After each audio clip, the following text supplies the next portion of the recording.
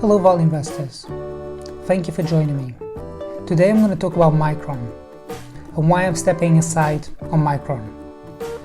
We're going to address revenue growth rates, we're going to discuss its profitability, how that ties up to free cash flow and the potential for free cash flow down the road, and then I'm going to tie that up with valuation. If you haven't done so already, don't forget to check out my marketplace. It's called Deep Value Returns. You're welcome to do a free trial, and I'll tell you which stocks I own and why, with balanced arguments for the stocks I own. So hopefully you can find something that suits you. So let's get started. In the case of Micron, I'm talking about its fiscal year. So this is not the calendar year, this is the company's fiscal year. In case you remember, Micron's fiscal 18-19 period was really volatile. It came in strong, and then going into fiscal 19 it really suffered a lot. It really slumped to the memory market, and starting fiscal 20 it really started to improve. You can see in Q1 fiscal 20 revenue growth was negative 35%, and then it started sequentially to really improve. So the company was progressing in the right way, and this had a lot of benefits to its operating margin. So this is what I want us to focus on. In the case of Micron, it has a lot of operating leverage. So as you can see here briefly, Micron is 75% DRAM. So DRAM is much more of a moat operation, and it commands much higher profitability.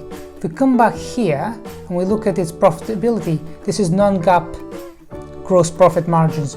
But you can see that in fiscal Q1, as the revenue starts to improve, it goes from 27% gross profit, and it really starts to improve sequentially up until Q4 2020 that it just finished, just reported on. So as the top line improves, there's really this improvement in profitability, and this lends itself to a lot of bottom line free cash flow.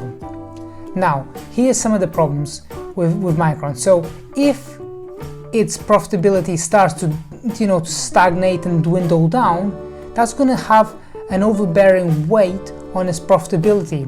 Now, I'm just thinking to myself, back when Micron was at its prime in fiscal 18, its free cash flow reached 9.2 billion, okay? So just say 9 billion, okay?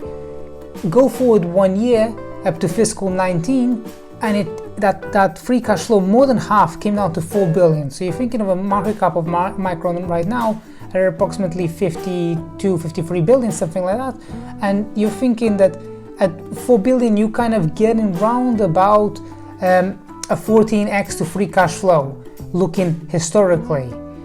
But the thing is that right now, in the quarter that I just reported, Micron's free cash flow was just above 360 million. That's essentially 1.7% free cash flow margin from the revenue.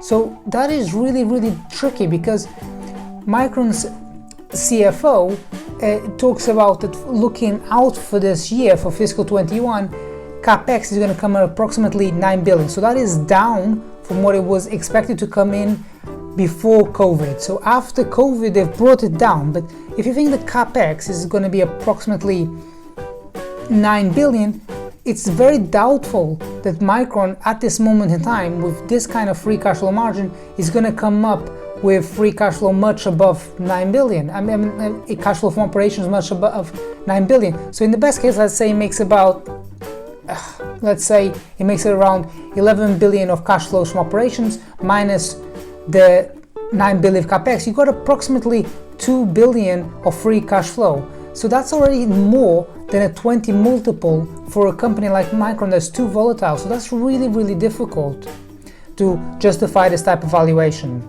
So in today's video, we talked about its revenue growth rates and how they're just so jumpy, and how that leads to its profit margin expanding and contracting over time. Then we talked about its free cash flow and free cash flow margin, approximately 1% for the latest quarter. And doing some back-end calculations, it's very difficult to see how this company is not already being priced at more than 20 times free cash flow multiple. With that all considered, I think it's very, very difficult to justify paying this sort of premium. Hope you found this video useful. Don't forget to check out my marketplace. On Seeking Alpha, it's called Deep Value Returns. I'll tell you the stocks I own and why. Hopefully find something that suits you. See you next time.